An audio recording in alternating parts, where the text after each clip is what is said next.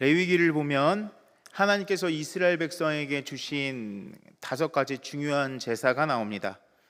우리가 흔히 구약의 제사라고 하면 다 똑같은 제사라고 생각하기 쉽지만 사실은 저마다 특별한 의미가 있습니다.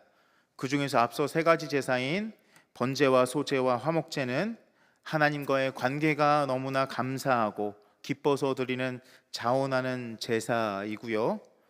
또한 나 같은 죄인을 구원해 주신 은혜가 너무 감격스러워서 내 삶을 온전히 하나님께 드리고 주님과 기쁘게 교제하겠다는 마음을 지닌 그런 축제와 같은 예배였습니다.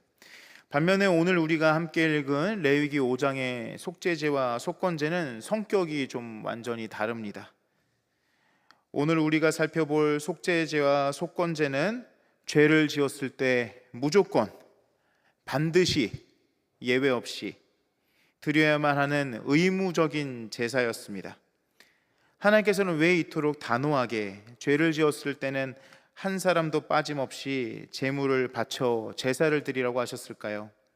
신앙생활을 하다 보면 우리는 종종 예수님이 십자가에서 우리 죄를 위해 모든 것을 다 이루셨는데 오늘날 나에게 왜 이 구약의 복잡한 제사 이야기가 대체 무슨 상관이 있는가라는 생각이 드는 경우가 있습니다. 특히 신약을 볼 때는 너무나 이해가 되는데 구약을 볼 때는 우리의 생각에는 이것은 이미 다 끝난 것 아닌가라는 생각이 들기도 하죠.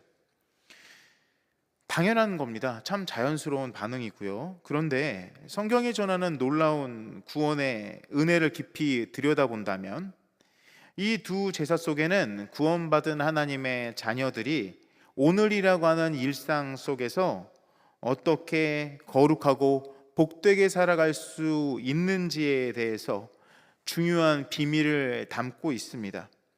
처음에 예수님을 믿고 하나님의 자녀가 되는 것이 단 한 번에 일어나는 구원의 은혜라면 오늘 우리가 살펴보는 두 제사는 이미 자녀가 된 우리가 일상에서 날마다 죄를 씻어내며 예수님을 닮아가는 거룩한 과정이다라고 할 수 있습니다. 죄는 거룩하신 하나님과 우리 사이를 가로막고 주님의 교회를 영적으로 더럽히기 때문이죠. 그렇기 때문에 이 시간 말씀을 통해 우리를 죄의 모든 더러움으로부터 완벽하게 자유롭게 하시는 예수 그리스도의 크신 사랑을 우리가 말씀을 통해 깨닫기를 간절히 원합니다. 그래서 우리의 남은 인생을 하나님 앞과 이웃과의 관계 속에서 진실하고 깨끗하게 살아가는 그런 진짜 예배자로 살아갈 수 있는 기반이 잡히는 귀하고 복된 이 시간이 되었으면 좋겠습니다. 가장 먼저 살펴볼 제사는 1절부터 13절에 나오는 속죄제입니다. 속죄제는 4장에서도 이어지고 있는데요, 단어 뜻 그대로 죄를 씻어내고 깨끗하게 만드는 제사입니다. 그런데 레위기를 1장부터 읽어가신 분들은 아마 이런 의문도 생기실 겁니다. 레위기 1장에 나오는 번제도 죄를 용서받기 위해 피를 흘리는 제사인데 그렇다면 번제와 속죄제가 뭐가 다를까라는 것이죠. 성경 전체의 흐름 속에서 보면 이 둘은 아주 명확하게 구별이 됩니다. 번제는 우리의 근본적인 신분을 바꿔주는 제사입니다. 죄인이었던 우리를 향한 하나님의 진노를 가라앉히고 끊어졌던 관계를 다시 이어 우리를 하나님의 자녀로 받아주시는 신분의 회복을 말합니다. 반면에 오늘 본문의 속죄제는 이미 하나님의 자녀가 된 사람들이 일상생활 속에서 지어내는 수많은 죄의 얼룩을 씻어내는 제사입니다. 마치 우리가 밖에서 활동을 하고 그 활동한 옷을 세탁기에 넣는 것과 같은 그런 이미지를 연상하시면 되겠습니다. 다시 말씀드리면 번제는 우리의 원죄에 대한, 그리고 속죄제는 우리의 자범죄에 대한 부분이라고 이해를 하시면 됩니다. 우리가 예수님을 믿고 구원받아 하나님의 거룩한 자녀가 되었다 할지라도 우리 안에는 여전히 죄를 짓고 싶어하는 연약하고 부패한 본성이 남아 있습니다. 우리는 구원받은 이후에도 매일의 삶 속에서 크고 작은 죄를 저지르면서 영혼을 더럽히고 있죠. 이 죄는 나 한 사람의 영혼을 무너뜨릴 뿐만 아니라 이 죄는 우리가 속해 있는 공동체 또한 어쩌면 이 죄로 말미암아 공동체를 무너뜨릴 수 있는 그런 심각한 위험성을 갖고 있습니다. 그렇게 속죄죄는 바로 그렇게 매일의 삶의 자리에서 묻어진 우리의 죄의 더러움을 제물의 피로 깨끗하게 닦아내어 거룩하신 하나님이 내 삶과 가정에 계속해서 머무시도록 정기적으로 청소하는 제사입니다. 그렇다면 오늘 말씀이 지적하는 우리가 속죄죄로 반드시 씻어내야 할 구체적인 죄들은 무엇일까요? 우리는 일상에서 이게 무슨 죄가 되겠어 라고 가볍게 넘기지만 하나님 보시기에는 너무나 치명적인 두 가지 잘못을 오늘 본문은 지적하고 있습니다. 첫째는 모른 척하는 방관의 죄입니다. 1절 말씀을 보시면 어떤 사람이 잘못하는 것을 눈으로 보거나 알아서 증인이 되어야 하는데도 귀찮거나 손해보기 싫어서 입을 닫아버리면 그것이 바로 죄가 된다고 말씀은 우리에게 증언하고 있습니다. 이 말씀을 오늘날 우리의 삶 가운데 한번 대입해 보겠습니다. 교회나 가정 안에서 잘못된 소문이나 이간질이 돌고 있는데, 혹은 내 곁에 이웃이, 내 곁에 있는 지체가 영적으로 무너지고 고통당하는 것을 알면서도 괜히 이거 건드렸다가 긁어 부스럼 되니 그냥 나비두자, 하나님이 알아서 하시겠지, 혹은 내일 아니니까 간섭하지 말자라며 모른 척 지나치는 태도를 바로 이에 해당한다고 할 수 있습니다. 그런데요, 우리가 그렇게 지나칠 수 있는, 내일이 아니기 때문에 지나칠 수 있는 그 일에 대해서 오늘 말씀을 보시면 하나님께서는 단호하게 말씀합니다. 내가 직접 악한 일을 행하지 않았을지라도 내 편안함을 위해서 눈앞의 죄악과 이웃의 아픔을 묵인하고 방조했다면 하나님께서는 그건 역시 반드시 용서받아야 할 무거운 죄다라고 말씀하고 계십니다. 자, 두 번째는요, 이게 무슨 죄가 되겠어 라고 할 수 있는 그 두 번째는 모르고 짓는 무지의 죄입니다. 2절과 3절은 자기도 모르는 사이에 부정한 것에 닿아서 영혼이 더러워진 경우를 말하는데요, 우리는 흔히 알지 못하고 지은 죄에 대해서 사람을 통해 지적을 받았을 때, 또한 기도를 하면서 그런 것들이 우리의 마음 가운데 성령님의 만지심을 통하여 우리의 마음을 찔렀을 때 우리는 이게 죄인 줄 몰랐습니다 라는 그런 반응을 보이곤 합니다. 그러나 거룩하신 하나님 앞에서는 몰랐다는 변명이 통하지가 않는 것이죠. 이 동일 본문을 갖고 지난 주일 청년부에서도 설교를 드렸는데요, 그런 예화를 좀 들었습니다. 우리가 이제 농촌에 봉사하러 갔는데 거기에 이제 딱 냉장고를 열어보니까 비타 500이 있는 거예요. 근데 좀 열어져 있는 거죠. 근데 어쨌든 그 집주인이나 할머니가 농촌 봉사하러 온 청년들에게 야, 그 냉장고에 있는 건 뭐든 꺼내 먹어라 라고 말을 했어요. 그래서 여기 비타 500이 좀 열려 있지만 뭐 문제겠거니 해서 마셨더니 농약인 거예요. 만약에 그렇게 가정하겠습니다. 그러면 그것을 마신 사람은 어떻게 될까요?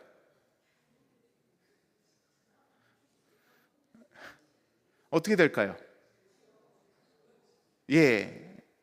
급하게 대처하지 못하면 죽죠. 그런데 아니야, 나는 모르고 마셨기 때문에 괜찮아 라고 할 수 있을까요? 안 되죠. 죄도 그렇다라는 거예요. 죄도 우리가 모르고 지었기 때문에, 모르고 지었는데 문제가 됩니까? 모르고 지었는데 좀 눈 감고 넘어가 주시면 안 됩니까? 아니, 농약은 모르고 마셨는데요, 내 위가 좀 넘어가 주지, 한 번만. 근데 그게 안 된다라는 거예요.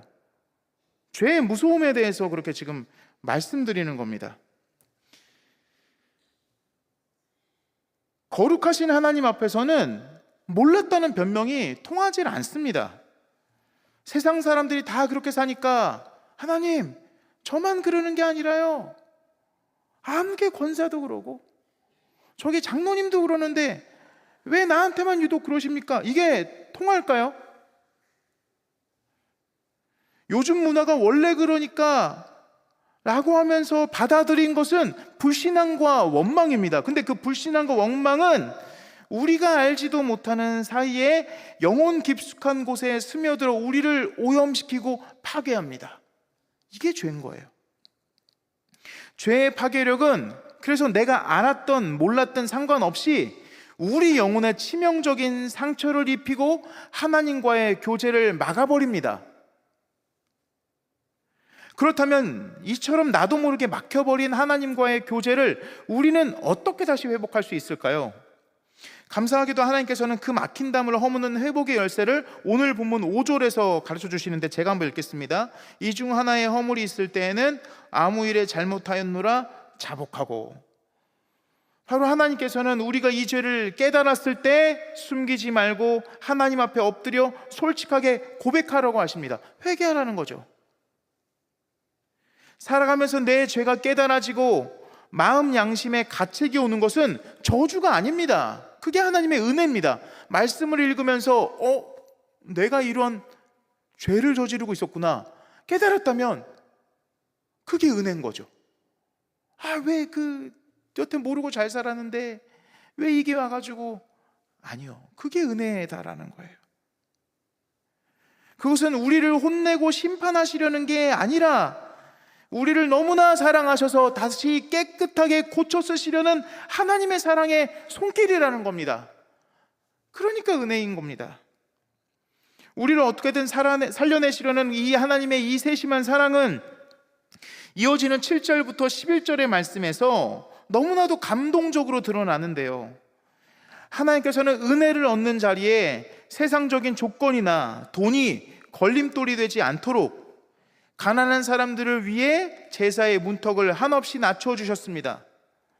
비싼 양이나 염소를 살 돈이 없는 가난한 이들을 위해서는 산비둘기나 집비둘기를 받으셨고, 그 비둘기조차 살 돈이 없는 사람들을 위해서는 매일 부엌에서 만지는 밀가루 한 움큼을 가져오라고 하셨습니다. 하나님의 용서와 은혜에는 돈의 액수나 세상의 조건에 따른 차별이 전혀 없습니다. 그런데 왜 교회 안에는 차별이 존재하는 걸까요? 우리가 이 부분을 생각해 보아야 돼요. 하나님은 차별을 없애셨는데, 그렇다면 이 차별을 만드신 분은 하나님이실까요? 하나님께서 진짜 원하시는 것은 이 속죄제와 속건제, 우리가 제사를 살펴보고 있는데 진짜 원하시는 것은 비싼 제물이 아닙니다. 하나님이 정말 원하시는 것은 자기가 죄인임을 솔직하게 인정하고 가슴 아파 뉘우치는 그 마음입니다. 다만 이처럼 사람에게는 부드러운 은혜를 베푸시면서도 하나님은 죄 자체에 대해서만큼은 단호하셨습니다. 그래서요, 속죄 제물 중에서 피와 기름은 제단에서 태우는데 나머지 고기와 가죽, 심지어 더러운 찌꺼기들까지 전부 이스라엘 백성들이 사는 마을 바깥의 외딴 곳으로 가지고 나가 흔적도 없이 불태워버렸어 했습니다. 이게 속죄제입니다. 이것은 내 삶에 깊이 박혀있는 나쁜 죄의 습관들과 은밀한 잘못들을 아까워하지 말고 완벽하게 잘라내야 한다는 하나님의 엄중한 명령이라는 것이죠. 이어서 14절부터 19절까지는 다섯 번째 제사인 속건제가 나오는데요. 속건제의 핵심은 하나님의 물건이나 이웃의 재산에 구체적인 손해를 입혔을 때 그 손해를 정확하게 계산해서 보상하고 배상하는 제사입니다. 앞선 제사들이 하나님과의 관계 회복과 영혼을 깨끗하게 하는 데 집중했다면, 속건제는 죄라는 것이 결국 하나님의 권리와 이웃의 소유를 침해하며 빚을 진 상태임을 명확하게 보여주는 것이 바로 속건제입니다. 즉, 죄는 단순히 마음으로 미안해하고 끝나는 문제가 아니라 반드시 실제적인 대가를 지불하고 책임을 져야 한다는 삶의 원리를 담고 있습니다. 한마디로 이것은 우리의 신앙이 말뿐이 아니라 삶의 행동으로 증명돼야 한다는 의미를 담고 있는데요. 그렇다면 우리의 믿음을 구체적인 행동으로 증명하는 그 첫걸음은 무엇일까요? 어디서부터 시작해야 될까요? 바로 내 삶의 모든 소유권이 하나님께 있음을 인정하는 행동에서부터 시작됩니다. 본문 15절을 제가 한번 읽어드리겠습니다. 누구든지 여호와의 성물에 대하여 부지 중에 범죄하였으면 여호와께 속건제를 드리되 내가 지정한 가치를 따라 성소의 세겔로 몇 세겔 은에 상당한 흠없는 순양을 양떼 중에서 끌어다가 속건제로 드려서, 이 15절을 제가 읽은 바와 같이 속건제를 드려야 할 첫 번째 상황은 하나님의 성물, 즉 하나님께 구별되어 바쳐진 물건이나 예물에 대해 자신도 모르게 죄를 지었을 때를 말씀하고 있습니다. 근데 이것이 성물이라고 하니까 우리에게는 좀 거리감이 있는데요, 이 원리를 오늘을 사는 우리에게 적용해 본다면 사실 굉장히 무거운 말씀입니다.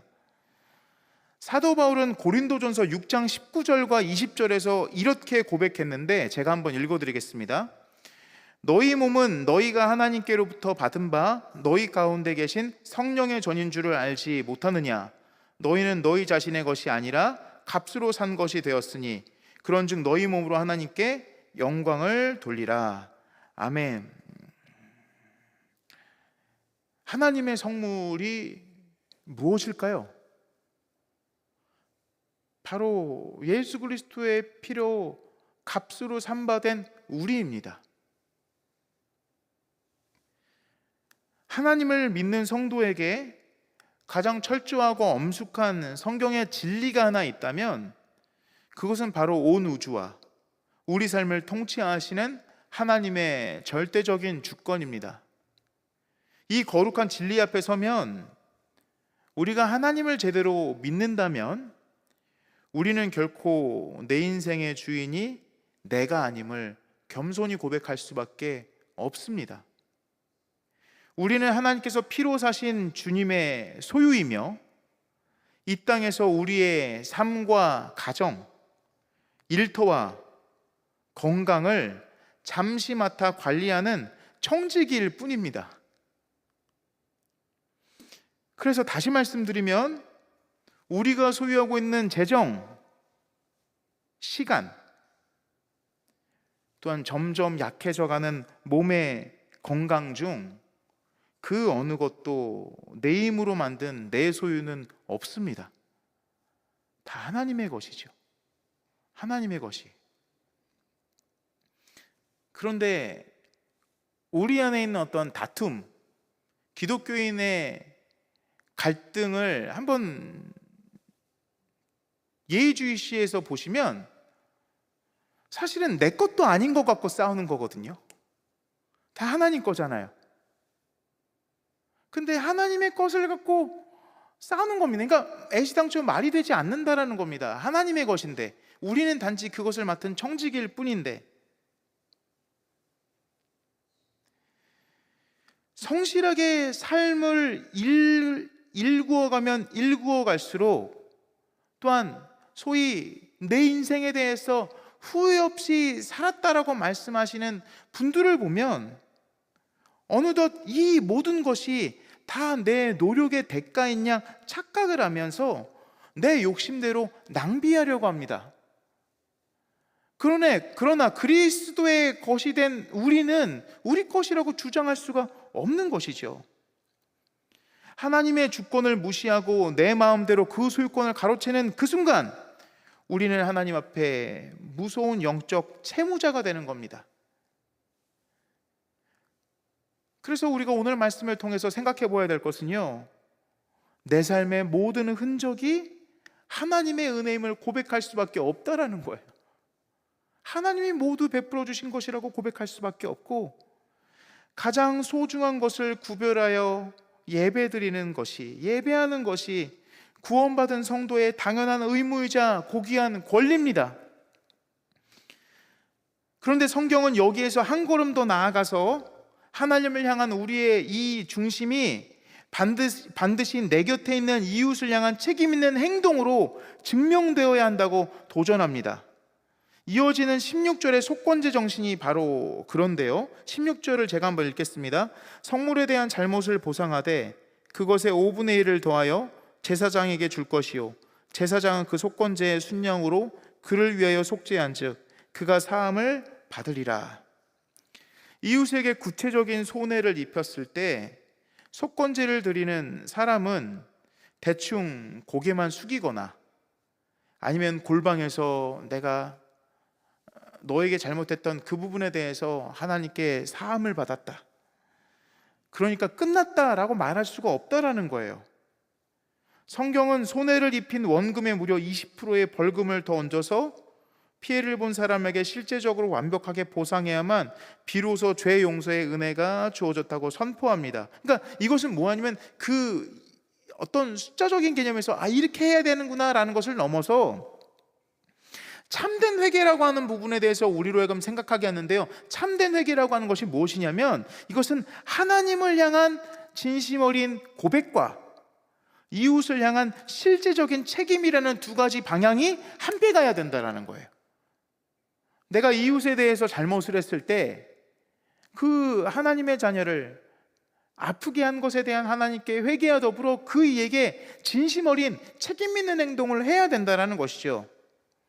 그래서 예수님께서도 예배를 잠시 멈추더라도 먼저 이웃과 화해하고 사과하라고 말씀하셨고, 주님을 만난 삭개오 역시 남의 것을 빼앗은 것이 있다면 4배나 갚겠다고 삶의 열매로 증명했습니다.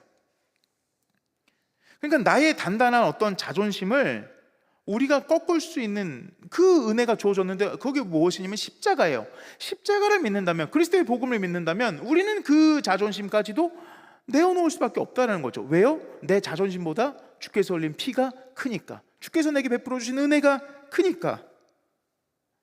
그리고 그 상처받은 이웃에게 찾아가서 고개 숙이는 것은 그리스도가 내게 베풀어 주신 은혜와 사랑에 비하면 아무것도 아니니까요. 그래서 그 이웃에게 찾아가 실제적인 책임을 지는 행동이 회개의 완성이라는 겁니다. 그런데요, 이 서슬퍼런 속건제의 기준 앞에 서면 우리 마음에 깊은 절망이 찾아올 수밖에 없습니다. 우리가 일생 동안 우리의 삶을 한번 되돌아보면요, 교회라고 하는 이 울타리 안에 있었는지 모르지만 사실 말씀을 투영해 보면 하나님의 통치를 거부하고 내 마음대로 인생을 낭비하며 이웃에게 입힌 수많은 영적, 도덕적 손해와 죄의 빚을 과연 우리 힘으로 어떻게 계산할 수 있겠어요? 어떻게 다 갚아낼 수 있겠습니까? 우리는 스스로의 힘으로는 그 엄청난 죄의 대가를 단 1%도 지불할 수 없는 철저한 영적 파산자들입니다. 그곳에서부터 시작되는 거예요. 그런데 그렇기 때문에 이 절망의 현실 가운데에서 우리 힘으로 갚을 수 없는 모든 죄의 빚을 대신 갚으시기에 찾아오신 우리에겐 그리스도가 있습니다. 그래서 그 그리스도가, 내게 찾아오신 그리스도가 복음이 되시는 거예요. 그 복음의 위대함을 깨닫기 위해서 다시 한번 구약 제사가 가진 한계를 기억하셨으면 좋겠는데요, 구약 시대의 짐승의 피는 그 각자의 사람들이 갖고 있는 죄를 영원히 없애주지 못했습니다. 그 제사는 임시 방편일 뿐이었기에 이스라엘 백성들은 제사를 드릴 때마다 오히려 자신의 죄를 확인하면서 영적인 절망감을 반복해서 느껴야 했습니다. 피비린내가 진동하는 제단 앞에서 나는 또 죄를 지었구나, 나는 또 양을 잡아야 하는구나 라는 죄책감의 굴레에 갇혔을지 모르겠습니다. 그런데 우리의 완전한 속건제물 대신 예수 그리스도는 다르죠. 이사야 53장 10절에서 증언하는 바와 같이 주님이 우리의 영혼을 위하여 친히 속건제물로 드려주셨습니다. 그 속건제의 본질은 손해를 입힌 만큼 완벽하게 되돌려 놓는 배상에 있는데, 우리는 하나님과 이웃 앞에 영적으로 완전히 파산한 상태이기 때문에 아무것도 되돌려 놓을 수 없는 절망적인 상태였지만, 예수님께서 십자가에 흘리신 보혈로 말미암아 우리가 입힌 모든 손해를 완전하게 보상해 주셨습니다. 율법이 요구하는 원금의 5분의 1을 더하는 수준을 넘어서 주님의 무한한 가치를 지닌 생명으로 하나님의 공의 앞에 넘치도록 값을 지불해 주셨다라는 거예요. 그러니까 복음이 우리에게는 귀하다라는 거죠. 그래서 이 예수 그리스도를 믿는 이들에게는 더 이상 정죄함도, 우리가 인생을 걸고 갚아야 할 죄의 빚도 단 1%도 남아있지 않게 되었다라는 겁니다. 놀라운 선언이죠. 예수님께서는 구약 성경의 복잡한 제사 제도가 오랜 세월 동안 그토록 애타게 가리키고 보여주었던 모든 제사의 주인공이시고, 단 한 번의 모든 죄책감을 끝내신 영원한 완성이십니다.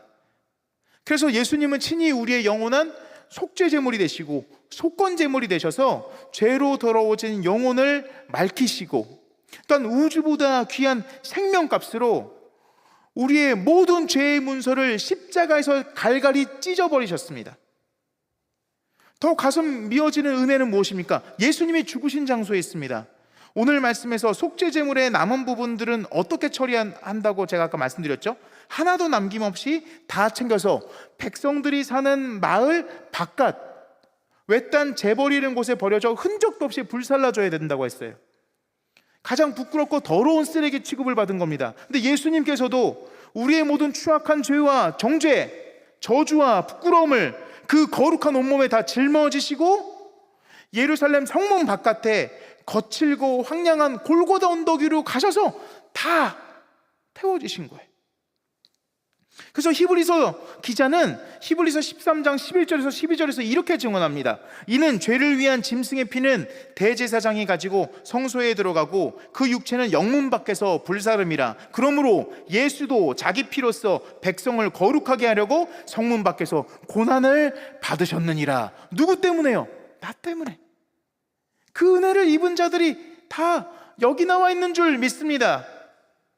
예수님께서 성문 밖에서 우리를 대신해 버려주셨기에 오늘 이 자리에 있는 우리는 영원한 하나님의 성소 안으로 당당히 걸어 들어갈 수 있는 거룩한 자녀가 되었습니다. 예수님의 온몸으로 그 공의로우신 하나님의 심판의 진노를 받아내셨기에 우리는 더 이상 죄책감에 시달리거나 심판을 두려워할 필요가 없는 완벽한 사죄의 자유를 누렸습니다. 그래서 우리는 이렇게 확신할 수 있는 것이죠. 그러므로 이제 그리스도 예수 안에 있는 자에게는 결코 정죄함이 없나니 이는 그리스도 예수 안에 있는 생명의 성령의 법이 죄와 사망의 법에서 너를 해방하였습니다. 아멘이시죠. 그 은혜를 입은 자가 누구라고요? 우리라고요. 우리가 가끔 우리의 삶 가운데서 펼쳐지는 어떤 언어를 보면 참 개주에는 같이 신앙생활 하는 공동체 가운데도 좀 얄미운 분들이 있잖아요. 그 우리가 이제 판단해서 얘기합니다. 저 아무개는 천국 가긴 틀렸어 막 그러는데 그것도 교만입니다. 그리스도 예수 안에 주님 예수 그리스도를 믿는 저희도 측량할 수 없는 은혜를 받은 거예요.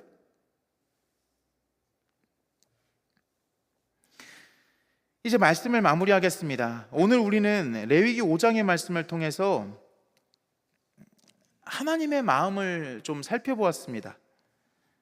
하나님은 거룩하신 분입니다. 죄에 대해서는 대충 타협하시거나 그래 좋은 게 좋은 거지 그럴 수 있지라고 눈 감아 주시는 분이 아닙니다. 반드시 죄의 책임을 물으시는 재판장이십니다. 오늘날 많은 그리스도인들이 아니라고는 말할지 몰라도 대개 복음을 값싼 것으로 오해하곤 합니다. 예수 그리스도의 십자가로 이미 완전한 구원과 사죄의 은혜를 얻었으니 매일의 일상 속에서는 세상의 방식과 욕망을 적당히 쫓아 살아가면서도 주일에 드리는 예배와 종교적 의무를 이행하는 것으로 성도의 책임을 다했다라고 스스로 위로하고는 합니다. 그러나 그것은 복음이 아닙니다. 방종이죠. 나를 살리려고 하나님 하나뿐인 아들의 심장을 찌르신 하나님의 은혜를 무시하는 태도입니다. 하나님께서는 오늘 말씀을 통해 우리가 일상 속에서 무심코 저지르는 작은 죄들을 매섭게 지적하셨습니다. 이웃의 눈물 및 아픔을 보고도 내 편안함을 위해 입을 닫았던 비겁한 방관의 죄, 그리고 몰랐습니다 라는 핑계 뒤에 숨어서 세상 풍조를 아무 비판 없이 받아들인 영적 무지의 죄, 하나님의 주권을 가로채고 내 마음대로 인생을 낭비한 청지기적 사명의 부재, 그리고 지체에게 상처를 입혀놓고도 미안한 기색 없이 위선으로 숨어있는 모든 굳어진 마음들을 하나님은 결코 가볍게 넘기지 않으셨습니다. 그러나 이 엄격한 기준 앞에서도 우리가 절망하여 주저앉지 않고 오히려 감사의 눈물을 흘릴 수 있는 유일한 이유가 무엇입니까?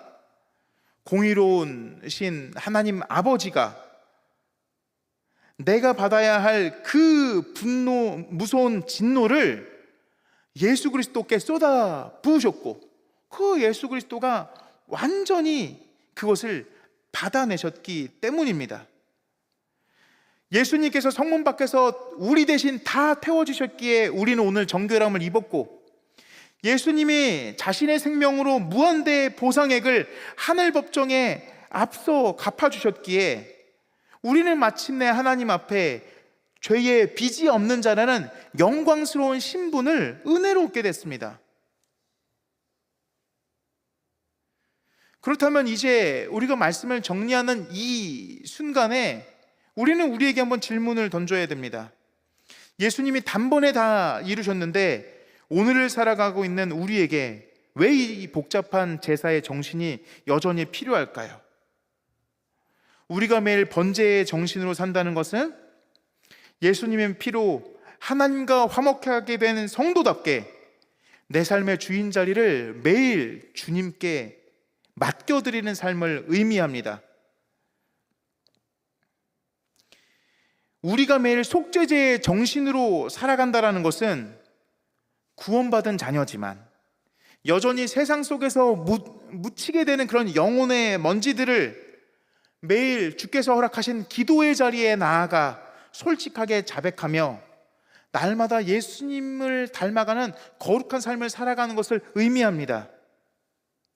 우리가 매일 속건제의 정신으로 산다는 것은 말로만 이웃사랑을 한다는 것에 멈추지 않고 내 말이나 행동으로 상처받고 피해를 입은 이들이 있다면 나의 어떤 굳어진 자존심과 체면을 십자가 앞에 산산히 부서뜨려 놓고 그들에게 찾아가 진심 어린 사과, 책임 있는 행동을 보여주는 삶을 말합니다.